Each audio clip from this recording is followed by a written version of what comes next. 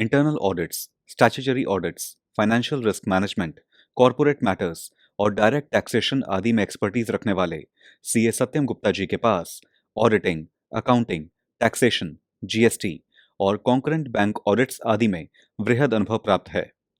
The institute of chartered accountants of India द्वारा certificate course on corporate social responsibility और certificate course on concurrent audit of banks कर चुके CA Satyam Gupta ji the institute of chartered accountants of India के associate member भी हैं।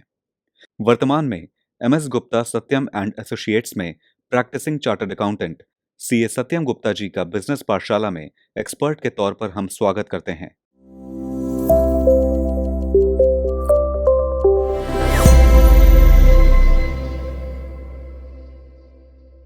नमस्कार दोस्तों, मैं सीए सत्यम गुप्ता आप सभी का स्वागत करता हूं हमारे इस नए सीरीज में, जहां पे हम लोग बात करेंगे income tax from share market. दोस्तों देखिए, आज का जो हमारा सेशन रहने वाला है, इसमें हम लोग बात करेंगे पूरे टैक्सेशन सिस्टम की कि अगर आपको शेयर मार्केट से 1 रुपए की भी इनकम होती है तो उस पर टैक्स कौन कौन सा लगेगा, और अगर आप उससे कुछ कमाते हैं एज एन इन्वेस्टर तो आपको कौन सा टैक्स देना है, प्लस अगर कंपनी आपको कोई रिटर्न देती है तो उस पर आपको कौन सा टैक्स देना है। तो अगर आपके मन में कोई भी डाउट था शेयर मार्केट से रिलेटेड इनकम के ऊपर, उसके ऊपर लगने वाले टैक्सेशन के ऊपर, तो आज का जो हमारा ये सेशन है ये आपके सारे डाउट क्लियर कर देगा, जहां पे हम लोग बात करेंगे पूरे कॉन्सेप्ट के बारे में जो कि टैक्सेशन का होता है अगर हम लोग बात करते हैं शेयर मार्केट की। तो चलिए आज के सेशन स्टार्ट करते हैं हमारे सबसे पहले टॉपिक से। देखिए दोस्तों, सबसे पहले मैं आपको बताऊं कि शेयर मार्केट की इनकम जो है वो अराइज कैसे होती है।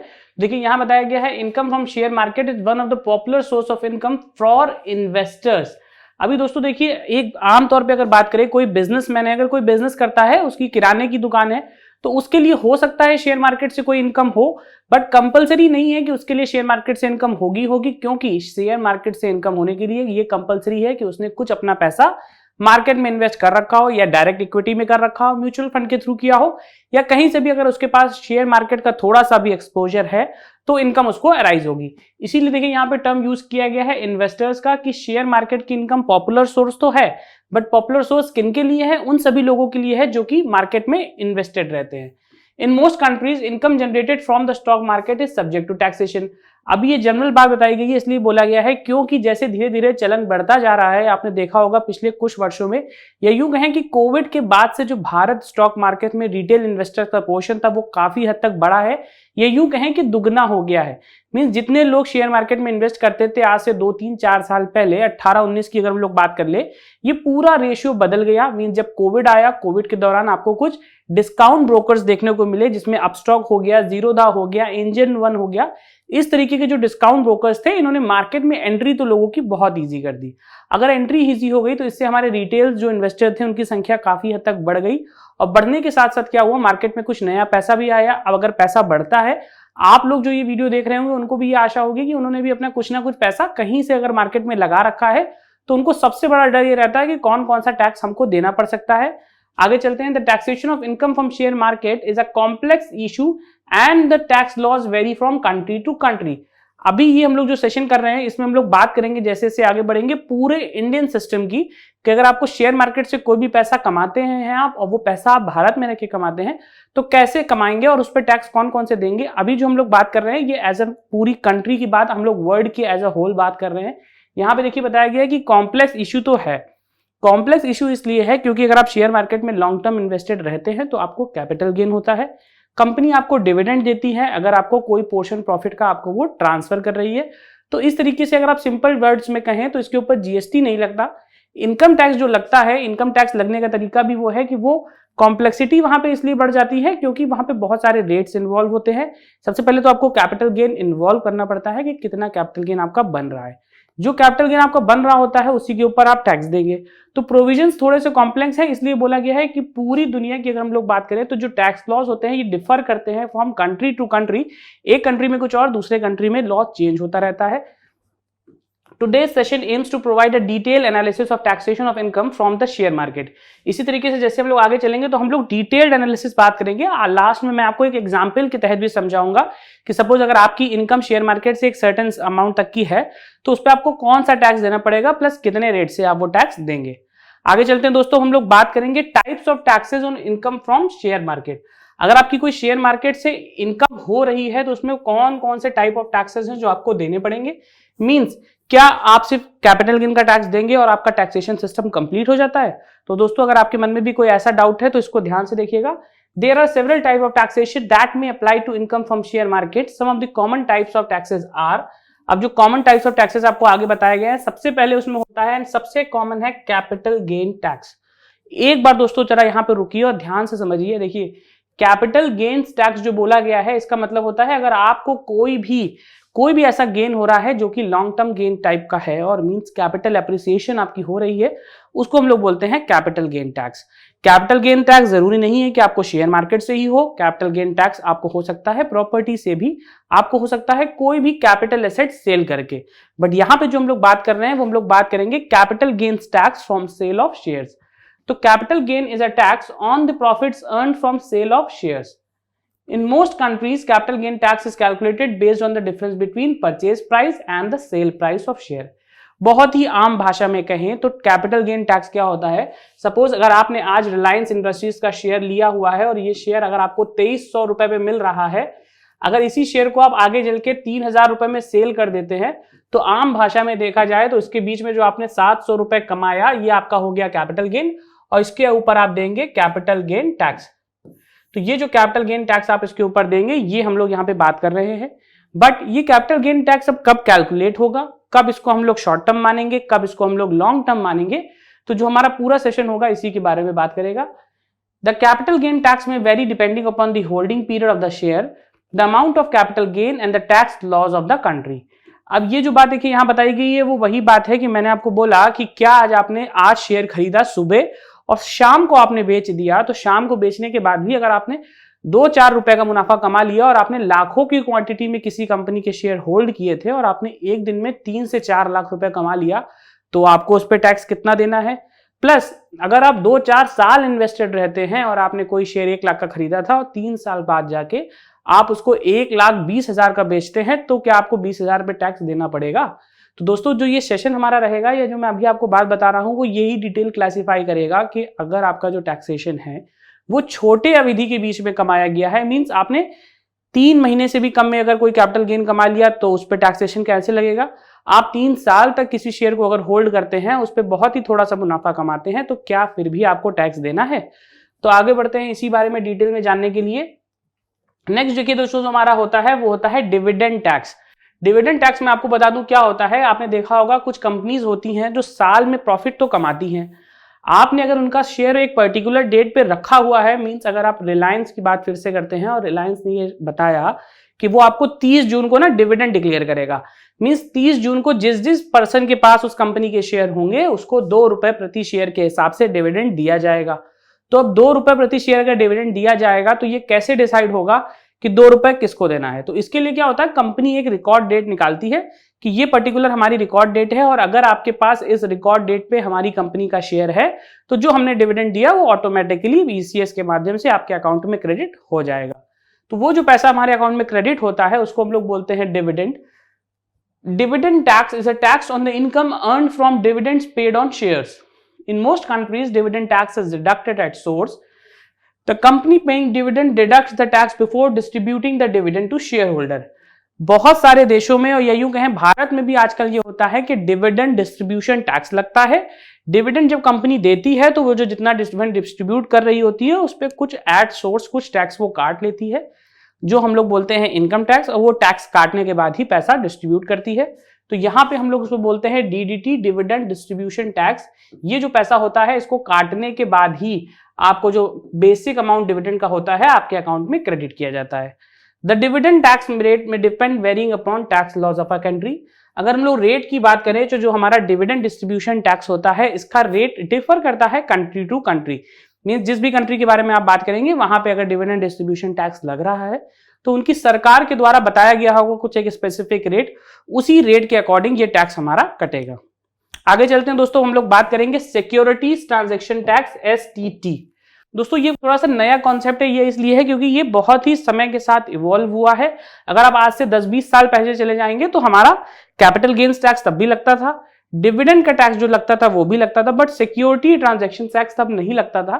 तो अभी क्या है, Security transaction tax STT is a tax on purchase and sale of securities. STT is generally applied as a percentage of transaction value. देखिए दोस्तों ये क्या बोल रहा है, security transaction tax is a tax on purchase and sale of securities. अगर आप कोई भी मतलब शेयर को या सिक्योरिटीज को बेचते हैं या खरीदते हैं, तो जो आप खरीदते बेचते हैं तो उस समय छोटा सा पैसा आपके अकाउंट से कटता है एक्स्ट्रा के तौर पे, जिसको हम लोग बोलते हैं सिक्योरिटीज ट्रांजैक्शन टैक्स। तो जैसे आप एक बात समझिए, सपोज अगर आपने कोई प्रॉपर्टी खरीदी है या कोई घर लेते हैं तो वहां पे आपको देनी पड़ती है स्टैंप ड्यूटी। तो जितनी बार भी आप प्रॉपर्टी बेचते हैं या खरीदते हैं, सरकार स्टैंप ड्यूटी आपसे हर समय लेती है। तो ठीक इसी तरह जैसे भी आप सिक्योरिटीज में अगर डील करते हैं, तो अगर आप शेयर को बेच रहे हैं या खरीद रहे हैं तो दोनों ही केसेस में आपको एसटीटी देना पड़ेगा। The rate of STT may vary depending upon tax laws of a country. ठीक उसी तरीके से जिस तरीके से डिविडेंड का रेट अलग अलग कंट्री में वेरी करता है, उसी तरीके से सिक्योरिटीज ट्रांजैक्शन टैक्स का भी जो रेट होता है वो वेरी करता है। वो डिपेंड करता है कि आप किस कंट्री में हैं, वहां के प्रोविजंस क्या हैं। तो अगर आप डीलिंग करते हैं इंडिया के अंदर तो आप इंडियन लॉ देखेंगे, यूएस मार्केट में आप जा रहे हैं तो वहां पे भी जो टैक्स होगा, डॉलर्स में जब आप पैसा इन्वेस्ट करते हैं तो उसमें कुछ पैसा एक्स्ट्रा इन्वेस्ट हो जाता है। मींस वो पैसा आपको शेयर तो कम के ही मिलते हैं, जो एक्स्ट्रा पैसा आपका अकाउंट से कटा वो जाता है आपका सिक्योरिटीज ट्रांजैक्शन टैक्स के अगेंस्ट। आगे चलते हैं दोस्तों, हम लोग लास्ट पे बात करेंगे इनकम टैक्स की। जो फोर्थ टाइप ऑफ टैक्स हमारा है जो कटता है वो होता है हमारा income tax. Income tax is a tax on income earn by the individuals and entity from various sources including the share market. अभी क्या हो रहा है कि देखिए शेयर मार्केट की इनकम पे भी लगता है इनकम टैक्स। मैंने आपको बताया कि अगर आप कैपिटल मतलब शेयर को आपने सस्ते पे खरीदा, महंगे में बेच दिया, तो बीच का जो पैसा आपने कमाया उस पर आपको देना पड़ेगा कैपिटल गेन टैक्स। उसके बाद जब हम लोग आगे बढ़ते थे तो हमने बात करी जो पैसा आपको एज अ प्रॉफिट डिस्ट्रीब्यूट किया गया है उस पर आप देंगे डिविडेंड डिस्ट्रीब्यूशन टैक्स। और आगे बढ़ते हैं, चीजें इवॉल्व होती हैं तो हम लोग बात करते हैं सिक्योरिटी ट्रांजैक्शन टैक्स की। यहां पे दोस्तों मैं जो आपको बताने जा रहा हूं वो है हमारा इनकम टैक्स का। Income tax is a tax on income earned by individuals और entity from various sources including the share market. The income tax rate may vary depending on the tax laws of a country and the amount earned. अभी देखिए income tax की बात करें तो जैसे income tax हो ना ओवरऑल आपकी हर इनकम पे लगता है, चाहे आप वो पैसा बिजनेस से कमाए, सैलरी से कमाए या कोई अपना घर किराए पे देके कमाए, जिसको हम लोग बोलते हैं हाउस प्रॉपर्टी। अदर सोर्स की जहां बात होती है तो अदर सोर्स में क्या आता है, कोई भी रैंडम इनकम जो आपने अर्न करी है। मींस जो मैंने आपको हेड बताया, सबसे पहले सैलरी का हो गया, फिर हमारा हाउस प्रॉपर्टी का हेड आता है, देन बिजनेस एंड प्रोफेशन का हेड आता है, उसके बाद हम लोग बात करते हैं कैपिटल गेन की, और लास्ट में हमारा आता है अदर सोर्स। तो अदर सोर्स जैसे मैंने आपको बताया वो सारी इनकम जो कि ऊपर वाले हेडों में नहीं कवर्ड है, उनको हम लोग काम करते हैं अदर सोर्स के तहत। आगे चलते हैं और हम पूरे सिनेरियो को इमेजिन करेंगे इंडियन मार्केट के थ्रू कि अगर आप भारतवर्ष में रहते हैं और आपको शेयर मार्केट से कोई इनकम होती है तो उस समय करंट प्रोविजंस क्या क्या हैं। अभी तक जो मैंने आपको बताया ये ओवरव्यू था पूरा, मींस अगर आप इसको वर्ल्ड इकोनॉमी की तरह समझें तो हर मार्केट कैसे डील करती है, कौन कौन से टैक्सेशन लगते हैं। तो भारत भी जो है हमारा पूरी इसी इकोनॉमी के अंदर आता है। तो हम थोड़ा सा गहराई में जाएंगे और डिटेल में ये जानने की कोशिश करेंगे कि जो मैंने आपको तरीके बताए, जो टैक्सेशन बताए, उसमें भारत की इकोनॉमी में शेयर मार्केट के थ्रू क्या इंप्लीकेशंस है। तो हम लोग बात करेंगे taxation of income from share market in India पे। देखिए सबसे पहले दोस्तों हम लोग बात करेंगे taxation of income from share market in India is important topic as it affects a large number of investors and traders who participate in the Indian stock market. अब ये बात तो यहां देखिए तय हो गई कि इस समय भारत की इकोनॉमी ग्रो कर रही है। इकोनॉमी ग्रो करने का मतलब है कि market as a whole grow कर रहा है, जो कि हमारा सेंसेक्स एक समय 38,000 40,000 पे हुआ करता था, आज हमारा सेंसेक्स 60,000 के ऊपर भी टच करके आया है। तो ये सीधा सीधा डिनोट करता है कि कंट्री तो एज अ होल ग्रो कर ही रही है। जब ऐसी ग्रो या हम कहें बूमिंग इकोनॉमी को लोग देखते हैं तो हमारे इन्वेस्टर्स जो होते हैं वो और ज्यादा अट्रैक्ट होते हैं। तो इस बात में कहीं से भी दो राय नहीं है कि अगर आज मार्केट में हम लोग बात करें कि सपोज अगर आज मार्केट पे हमारे पास सिर्फ 100 इन्वेस्टर्स हैं और 100 लोग ही इन्वेस्ट कर रहे हैं, तो मैं ये गारंटी के साथ बोल सकता हूं कि आगे आने वाले 5 से 6 साल में ये जो टोटल हमारी फिगर है ये डबल भी हो सकती है, क्योंकि बढ़ती इकोनॉमी की तरफ देख के हर कोई इन्वेस्ट करना चाहता है। तो अभी हम लोग भारत के बारे में बात करेंगे तो taxation of income from the share market is governed by the income tax act 1961। अब इससे पहले जैसे मैंने आपको बताया था कि हर कंट्री का अपना अपना एक टैक्स लॉ होता है, उसके अकॉर्डिंग टैक्सेशन सिस्टम लगाया जाता है। तो अगर हम लोग इंडिया के कॉन्टेक्स्ट में बात करें तो यहां पे हमारे पास आता है इंडियन इनकम टैक्स का जो एक्ट होता है 1961 का, and the securities transaction act 2004। देखिए ये बात भी मैंने आपको बताई थी कि सिक्योरिटीज ट्रांजैक्शन टैक्स का जो कॉन्सेप्ट है ये बहुत ही सालों से नहीं चला जा रहा है। अभी 2004 में एक एक्ट आया था, तभी से आया था, बट इनकम टैक्स जो एक्ट है वो 1961 का है। तो बीच में अगर आप देखेंगे तो लगभग 40 साल का गैप है। 40 साल के गैप के बाद में हमारे पास एक कॉन्सेप्ट आया था सिक्योरिटीज ट्रांजैक्शन टैक्स का, जहां पे अगर हम लोग शेयर्स को बाय या सेल कर रहे हैं तो वहां पे भी टैक्स हमको देना पड़ता है। In this analysis, we'll discuss about the different types of taxes that are applicable to the income from share market in India and their implications. आगे चलेंगे जैसे जैसे वो हम लोग बात करेंगे इंडियन शेयर मार्केट में आपको किस किस तरीके की इनकम पे टैक्स देना पड़ता है, उन पे टैक्स रेट कैसे होते हैं और आप कैसे उन टैक्सेस का पेमेंट करेंगे। सबसे पहले दोस्तों हम लोग बात करेंगे कैपिटल गेन टैक्स की। देखिए कैपिटल गेन टैक्स क्या होता है, when an investors or a trader sells a share or other financial instruments the profit earn on the sale is known as capital gain. ये मैंने आपको रिलायंस वाले एग्जांपल से भी बताया था कि अगर आप कोई भी शेयर को बाय या सेल करते हैं तो सपोज अगर आपने उसको कम पे बाय किया है, ज्यादा पे सेल कर देंगे तो बीच का जो प्रॉफिट हो गया ये कैपिटल गेन। बहुत ही सिंपल सा कॉन्सेप्ट था। Capital gains are tax under income tax act 1961। ये भी बात मैंने आपको बताई थी कि जो कैपिटल गेन पे हमारा टैक्स लगता है वो इंडियन इनकम टैक्स एक्ट जो 1961 का है वो लगाता है। And the tax rate depends upon the duration for which shares were held. अभी यहां पे थोड़ा सा रुकिए, देखिए लास्ट में जो लाइन बोली गई है duration for which shares were held, ये क्या बोलती है कि शेयर्स पे टैक्सेशन लगता है उनकी होल्डिंग पीरियड के बेसिस पे। होल्डिंग पीरियड क्या होता है, जिस दिन शेयर्स आपके डीमैट अकाउंट में क्रेडिट हो गया और जब आपने बेचा तो शेयर आपके डीमैट अकाउंट से निकल के दूसरे डीमैट अकाउंट में चला गया।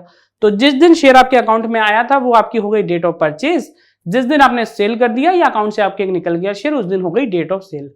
अब कितने दिन शेयर आपके डीमैट अकाउंट में होल्ड रहा है ये डिपेंड करता है उसकी ड्यूरेशन के ऊपर।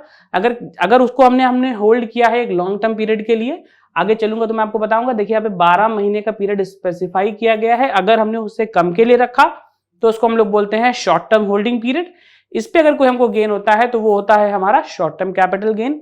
प्लस अगर इससे ऊपर हम होल्ड कर लेते हैं, मींस 12 महीने से ऊपर की हमारी होल्डिंग हो गई, उसके बाद अगर हमको उस शेयर पे कोई भी गेन हुआ तो इसको हम लोग बोलते हैं long term capital gain. If shares are held for more than 12 months they are considered a long term capital gain LTCG, and if they are held for 12 months or less they are considered short term capital gain or STCG। तो जो दो concept हमारे हैं वो है हमारे LTCG के और दूसरा कॉन्सेप्ट हमारा है STCG का। तो ये लॉन्ग टर्म हो गया, ये शॉर्ट टर्म। अगर ध्यान रखने के लिए बोले तो ये 12 मंथ्स के ऊपर के जितने शेयर है वो यहां चले जाएंगे और 12 मंथ्स के नीचे के जो शेयर्स हैं वो हमारे पास यहां आ जाएंगे। तो ऊपर के शेयर हो गए लॉन्ग टर्म वाले, नीचे वाले जितने भी है हमारे ये हो गए शॉर्ट टर्म कैपिटल एसेट्स। उनके ऊपर वाला जो गेन हमारा है उसको हम लोग बोलते हैं शॉर्ट टर्म कैपिटल गेन। आगे दोस्तों इसी के बारे में देखिए, अगर हम लोग रेट के बारे में बात करें, currently the tax rate for LTCG is 10% for gains exceeding rupees 1 lakh in a financial year, and for STCG the tax rate is for individuals income tax slab rate। अब दोस्तों स्लैब रेट के बारे में अगर ध्यान से समझे तो देखिए क्या फायदा यहाँ पे दिया गया है आपको ये फायदा दिया गया है कि अगर आपको कोई शॉर्ट टर्म कैपिटल गेन हो रहा है तो उसको आप ना अपनी स्लैब रेट के अकॉर्डिंग चार्ज कर सकते हैं। अब स्लैब रेट देखिए क्या होता है, जैसे आपको करंट में पता होगा कि जो अभी यूनियन बजट हमारा आया इसमें ये बोला गया कि आपको 7 लाख तक की इनकम पे कोई भी टैक्स नहीं देना।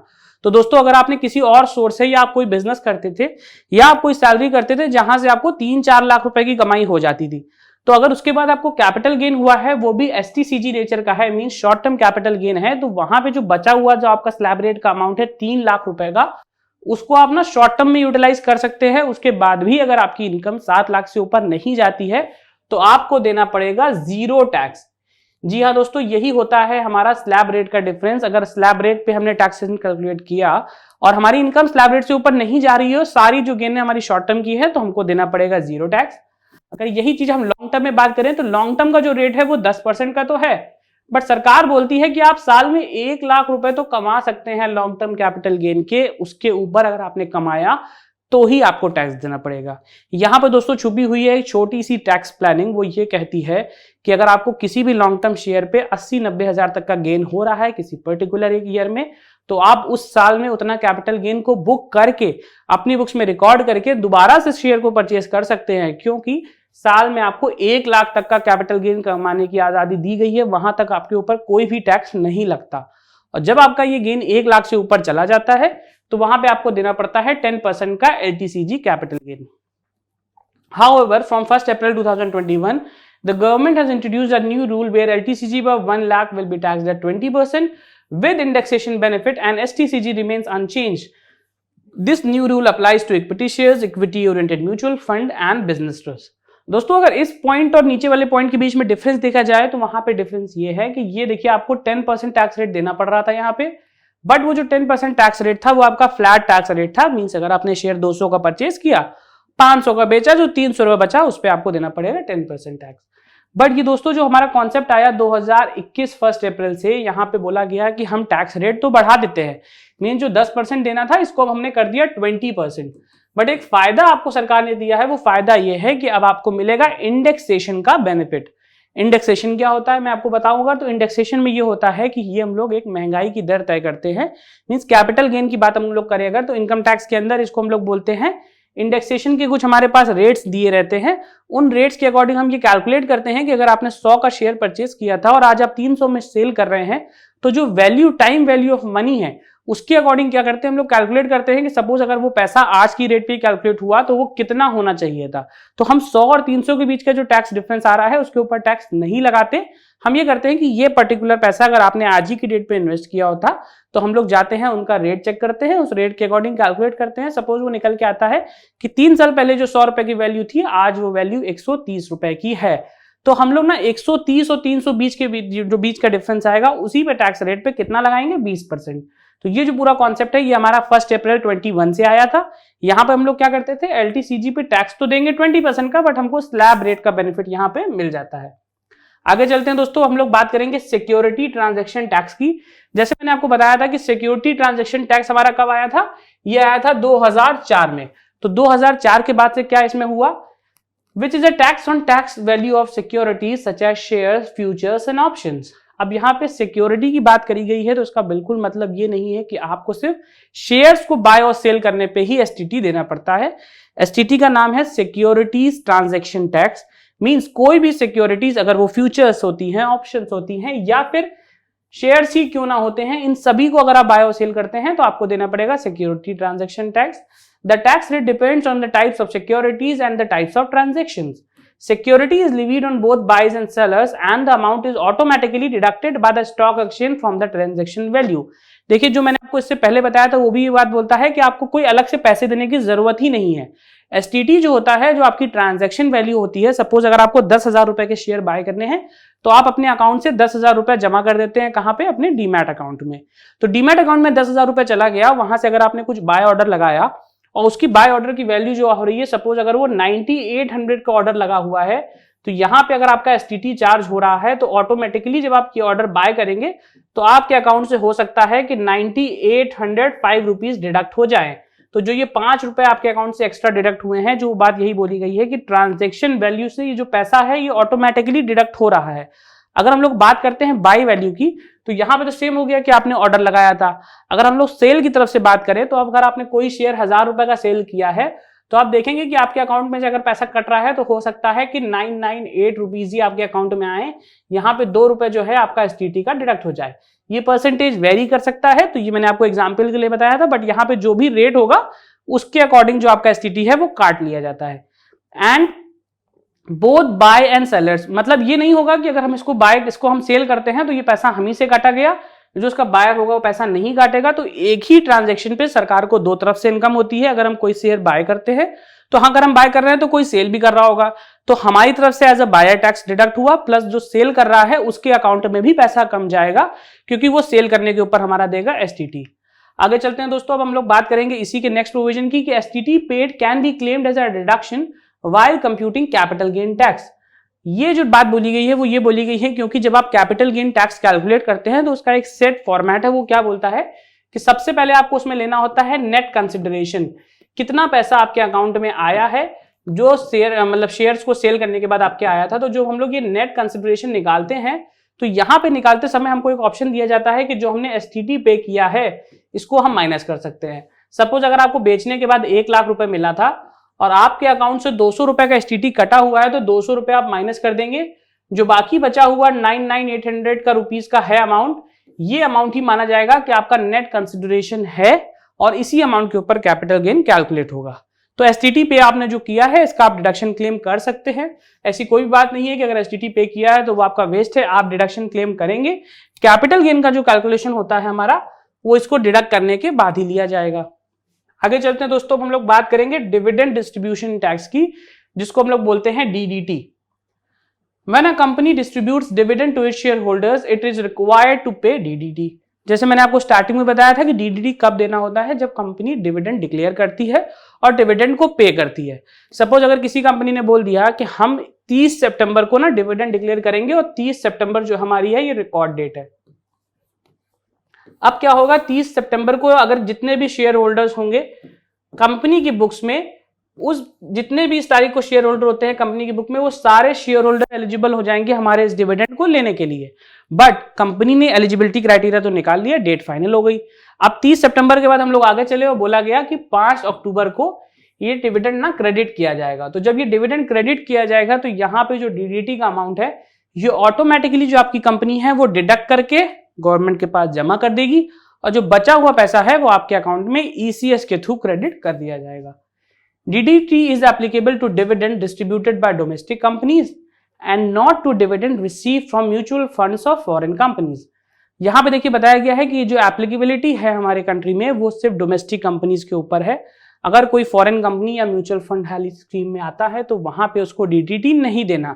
तो ध्यान रखने वाली बात और है कि जो हमारी डोमेस्टिक कंपनी सारी हैं वो तो डीडीटी देंगी, प्लस अगर कोई फॉरेन कंपनीज है या म्यूचुअल फंड वाला है तो उसको डिविडेंड डिस्ट्रीब्यूशन टैक्स नहीं देना। आगे देखते हैं, until March 2020 31 DDT was charged at the rate of 15% plus surcharge and cess. ये इससे पहले की अगर हम लोग बात करें, मींस प्री कोविड एरा की बात करें, तो यहाँ पे 15% का डीडीटी लगता था और ये पैसा ना पूरे जो अमाउंट होता था डिविडेंड का उसके ऊपर एक बार में काट लिया जाता था। अगर कोई कंपनी 1000 करोड़ का डिविडेंड दे रही है तो यहाँ पे 15% का ये 150 करोड़ का यहाँ पे उसको डीडीटी कटेगा और ये डीडीटी इसको काट के डिपॉजिट करना है, फिर जो बाकी बचा हुआ 850 करोड़ है यही वो डिस्ट्रीब्यूट कर सकती है।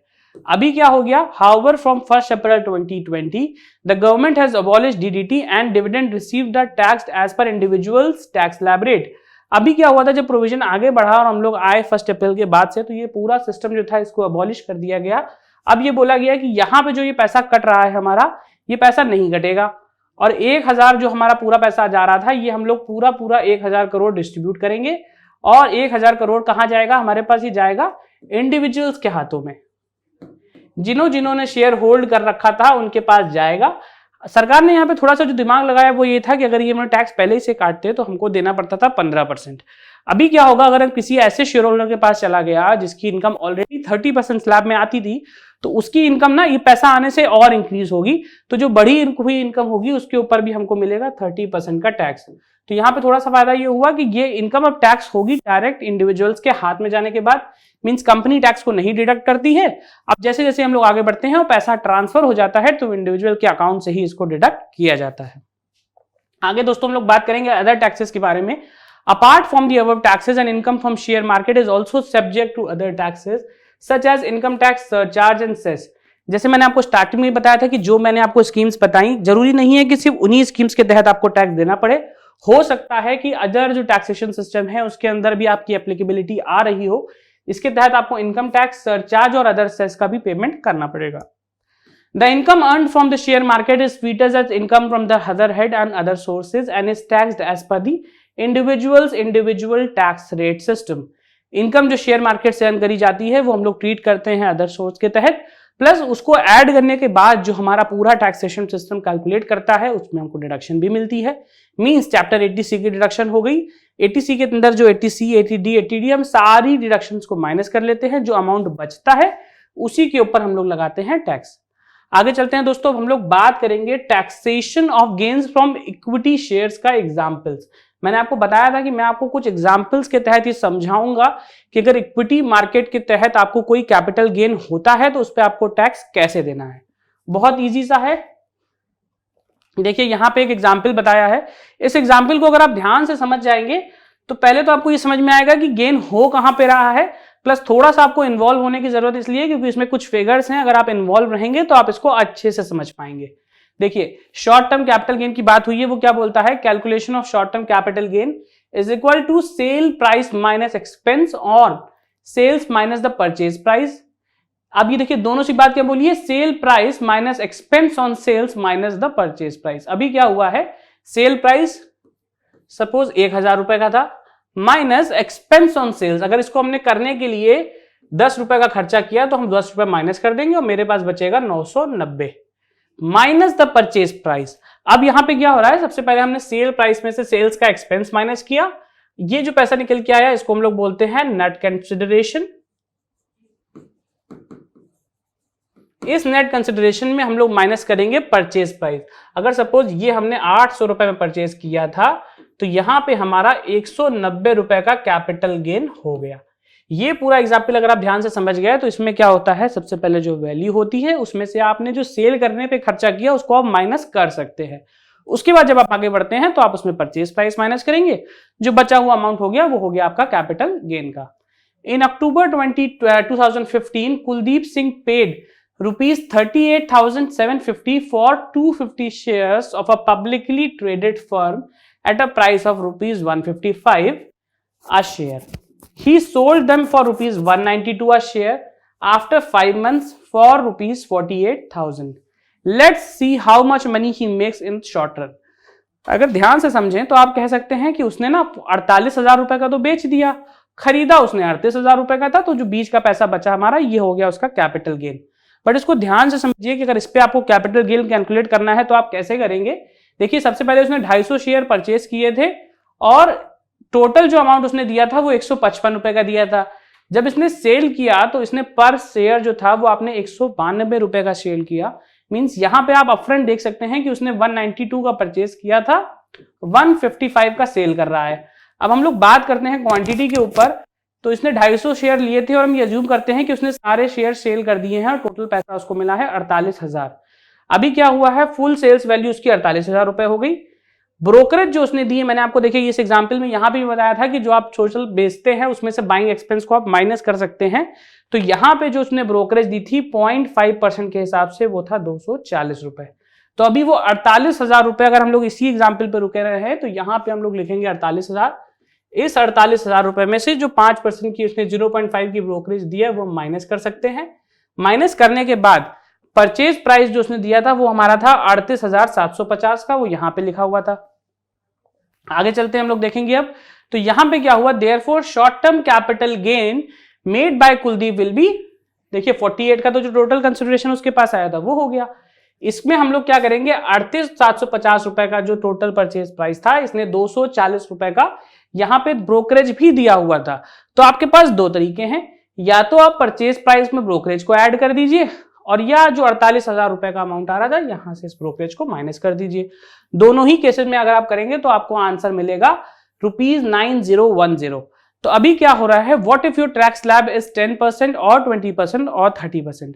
अभी एग्जाम्पल में देखिए ये बताया गया है कि यहाँ पे आपको ये जो अमाउंट मिला ये आपका कैपिटल गेन का अमाउंट हो गया। A special rate of tax at the rate 15% is applicable to short-term capital gains irrespective of your tax slab।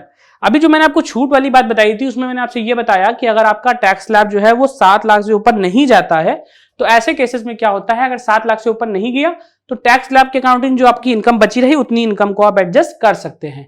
But यहां पे अगर आप देखेंगे तो वो बोला गया कि एडजस्ट करने के बाद भी जो आपका इनकम स्लैब बचता है 10, 20, 30, तो जो कैपिटल गेन शॉर्ट टर्म का अमाउंट है उसको आप 15% के रेट से टैक्स लगा सकते हैं।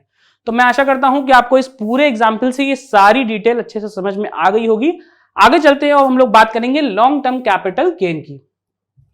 देखिए दोस्तों, Atul purchase shares of ₹100 on 30th September 2017 and sold them for ₹120 on 31st December 2018.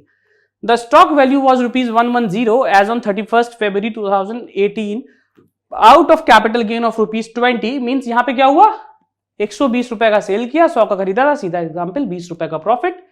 ₹10 is not taxable, rest ₹10 is taxable as capital gain at ₹10% without indexation। अभी यहां पे देखेंगे तो क्या होता है कि हम लोग ना एक बात करने जा रहे हैं यहाँ पे जिसको हम लोग बोलते हैं ग्रैंडफादरिंग लॉ की। वो लॉ ये कहता है कि अगर आपने कोई लॉन्ग टर्म शेयर होल्ड कर रखा है तो उसका जो हम लोग रेट लेंगे वो 31 जनवरी 2018 का ही लेंगे, चाहे आपने उससे पहले 5 साल में ही शेयर क्यों ना खरीदा हो, हम इससे पहले जाएंगे ही नहीं। तो रेट ये बोलता है कि अगर उसने शेयर जो है 100 रुपए का खरीदा था 2017 में और 18 में उसकी वैल्यू 110 रुपए हो गई थी और बेचा उसने 120 में, तो आप कहेंगे कि 120 में उसने बेचा और खरीदा उसने 100 रुपए का था, तो आपके अकॉर्डिंग यहाँ पे 20 रुपए का प्रॉफिट उसको होना चाहिए।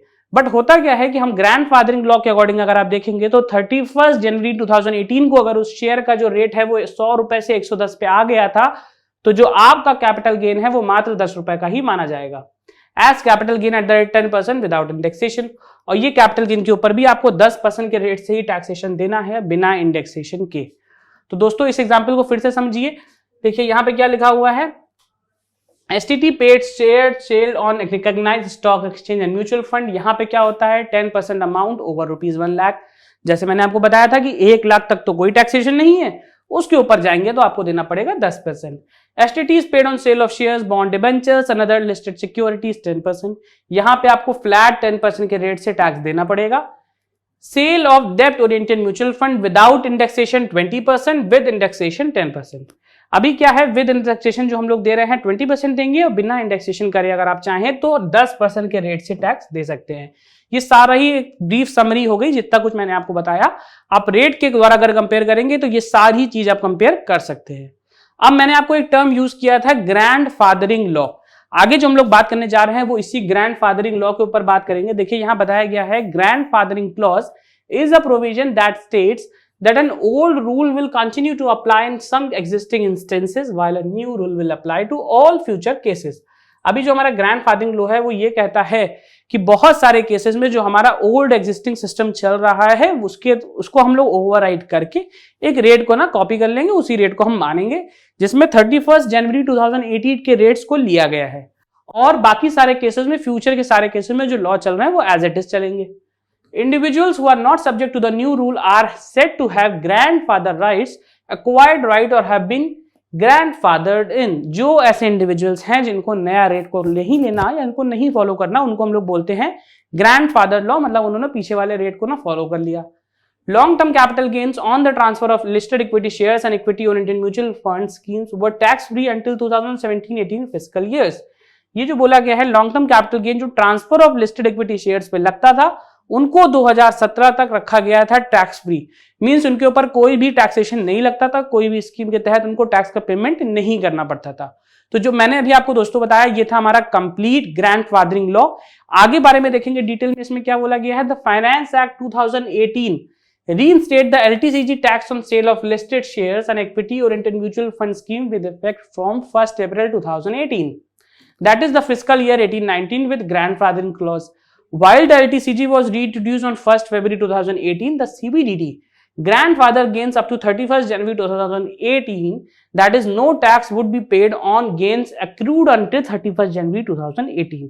इस बात को आप बहुत अच्छे से याद कर लीजिए कि कोई भी कैपिटल गेन किसी भी शेयर का अगर आपने 2018 से पहले का बाय किया हुआ है तो वहां तक आपको कोई भी कैपिटल गेन नहीं देना, क्योंकि ये वाला जो हमारा ग्रैंडफादरिंग लॉ है वो ये कहता है कि 18 से पहले का जो भी कैपिटल गेन था वो सारा यहाँ पे अबॉलिश हो चुका है।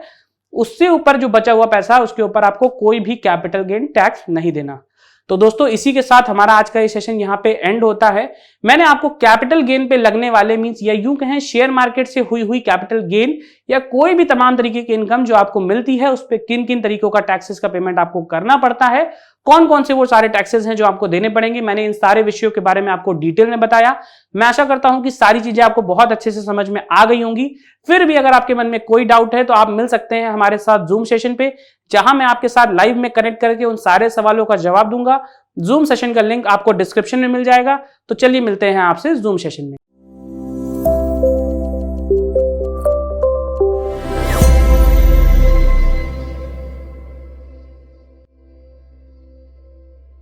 लॉक यानी ताले का इस्तेमाल कई सालों से होता आ रहा है। ऐसे में शायद ही कोई ऐसा होगा जो इसके बारे में ना जानता हो। हर लॉक की एक स्पेसिफिक की होती है जिससे लॉक को खोला या बंद किया जाता है। लॉक्स का इस्तेमाल हाउसेस, वॉल्स और बिल्डिंग्स जैसी कई जगहों पर सिक्योरिटी पर्पस के लिए किया जाता है। इसे ब्रास, स्टील, आयरन और इन मेटल्स के अलॉय से बनाया जाता है। वैसे तो आजकल मार्केट में कई तरह के लॉक्स अवेलेबल हैं, लेकिन आमतौर पर dead bolts, pad locks, knob locks और लिवर लॉक्स का इस्तेमाल काफी ज्यादा किया जाता है। मौजूदा समय में फिंगरप्रिंट स्कैन्ड लॉक्स और स्मार्ट डोर लॉक्स भी काफी ट्रेंड में हैं। साल 2021 में मैकेनिकल लॉक की global market value 7,946.5 million $US दर्ज की गई थी, जो साल 2022 से 2030 तक 5.51% CAGR के साथ बढ़ सकती है। अगर आप स्मॉल स्केल पर इस बिजनेस को शुरू करते हैं तो इसके लिए आपको 1500 से 1800 स्क्वायर फीट एरिया, 15 से 18 किलोवाट इलेक्ट्रिक कनेक्शन, 12 से 15 मैन पावर, 30 से 32 लाख की इन्वेस्टमेंट की जरूरत होगी और 7% से 9% तक का प्रॉफिट मार्जिन आप आसानी से कमा सकते हैं। आइए अब जानते हैं अपने दूसरे बिजनेस आइडिया के बारे में, जो है connecting rods.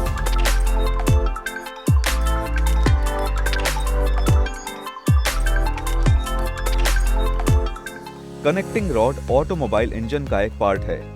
Connecting rod engine में पिस्टन को क्रैंकशाफ्ट से जोड़ने का काम करता है, इसलिए ऑटोमोबाइल इंडस्ट्री में इसका यूज काफी ज्यादा होता है, जिससे ये हमेशा डिमांड में भी रहता है। साल 2021 में कनेक्टिंग रॉड का ग्लोबल मार्केट साइज $7 बिलियन था और साल 2032 तक इसके 4.8% CAGR के साथ बढ़ने की संभावना है। अगर आप स्मॉल स्केल लेवल पर 300 से 400 पीसेस पर डे की प्रोडक्शन कैपेसिटी के साथ इस बिजनेस को शुरू करते हैं तो इसके लिए आपको 8000 से 10,000 स्क्वायर फीट एरिया, 75 से 80 किलोवाट इलेक्ट्रिक कनेक्शन, 35 से 40 मैन पावर और 80 लाख से 1 करोड़ की इन्वेस्टमेंट की जरूरत होगी। साथ ही इस बिजनेस से आप 12 से 15 लाख का एनुअल प्रॉफिट भी कमा सकते हैं। Hand tools.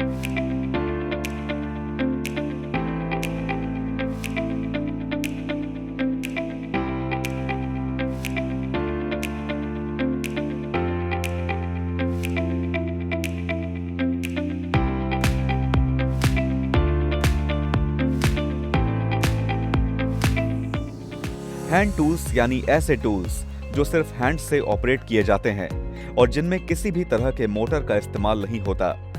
हैंड टूल्स में pliers, files, cutters, wrenches, striking tools, hammers, vices, clamps, chisels, snips, knifes, drills, hacksaws और की इक्विपमेंट्स शामिल हैं।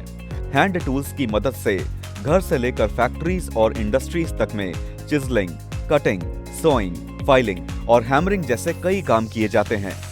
Carbon steel, chromium vanadium steel और क्रोम मोलिब्डेनम स्टील से बने इन हैंड टूल्स का डेली लाइफ में काफी ज्यादा इस्तेमाल किया जाता है।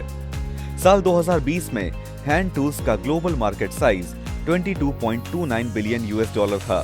साल 2021 से 2028 के दौरान हैंड टूल्स का ग्लोबल मार्केट साइज 4.1% CAGR के साथ बढ़ सकता है। अगर आप 4000 से 5000 पीसेस पर डे की प्रोडक्शन कैपेसिटी के साथ इस बिजनेस को शुरू करते हैं तो इसके लिए आपको 6000 से 7000 स्क्वायर फीट एरिया, 55 से 60 मैन पावर, 120 से 150 किलोवाट इलेक्ट्रिक कनेक्शन और करीब 1.5 करोड़ की इन्वेस्टमेंट की जरूरत होगी, जिसमें से करीब 1 करोड़ रुपए की मशीनरी कॉस्ट भी शामिल है। इस बिजनेस से 15% से 20% का सालाना मुनाफा आसानी से कमाया जा सकता है। Dumbbell.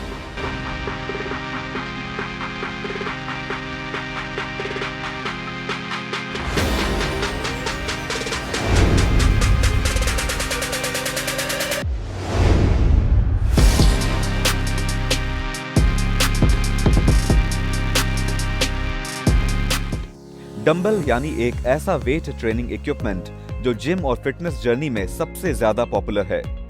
Body builders, power lifters, athletes और फिटनेस फ्रीक लोग एक्सरसाइज और वर्कआउट के लिए इसका इस्तेमाल काफी ज्यादा करते हैं। डंबल एक ऐसा इक्विपमेंट है जिसकी मदद से आप कई तरह की एक्सरसाइजेस कर सकते हैं, इसलिए जिम ना जा पाने वाले लोग भी घर पर ही डंबल से वर्कआउट करते हैं।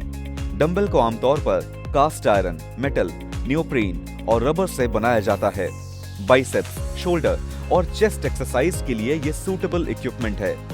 साल 2020 में डंबल का ग्लोबल मार्केट साइज $1.4 बिलियन था, जो साल 2030 तक 5% की CAGR के साथ बढ़ सकता है। अगर आप 1000 kg पर डे की प्रोडक्शन कैपेसिटी के साथ इस बिजनेस को शुरू करते हैं तो इसके लिए आपको 2500 से 3000 स्क्वायर फीट एरिया, 40 से 50 किलोवाट पावर कनेक्शन, 8 से 10 मैन पावर के साथ 26 से 33 लाख की इन्वेस्टमेंट की आवश्यकता होगी, जिसमें मशीनरी कॉस्ट भी इंक्लूडेड है। इस बिजनेस से 15% से 18% का सालाना मुनाफा आसानी से कमाया जा सकता है। तो ये था आज का हमारा बिजनेस आइडिया। हमें उम्मीद है कि आज का बिजनेस आइडिया आपको पसंद आया होगा।